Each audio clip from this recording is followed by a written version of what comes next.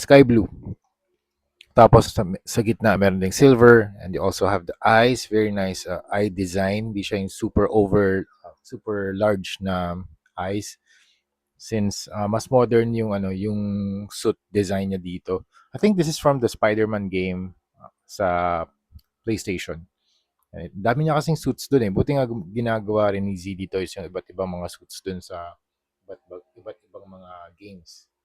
Wait lang, center lang natin. Okay, nice. Okay. So sa head, may mga panel lines din. May mga sculpt din na lines along the head, the cheeks, tapos sa neck. Ayan, kita din yung neck and also the chest. Ito lang yung area na to, um, medyo maluwag. I mean, meron siyang mga malaking spaces niya. Hindi siya flush. Lalo na pag nakaganyan. Kitang-kita niyo yung mga joint. So I think para magawan to ng paraan, i-extend itong part na to. Yung parang mga shoulder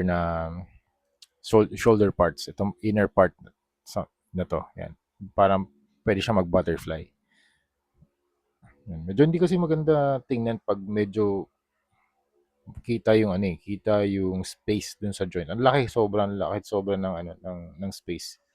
So hindi siya so yung form niya, ayan. Kahit na ipasok mo yan eh.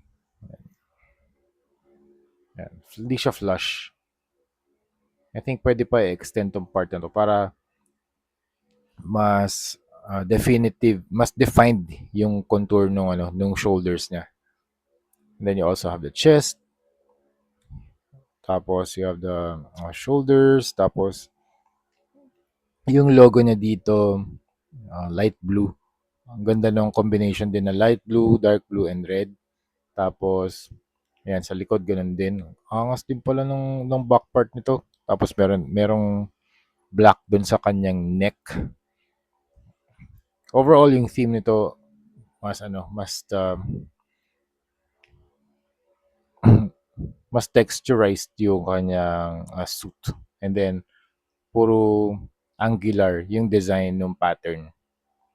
Kasi yung legs ng spider logo, angular.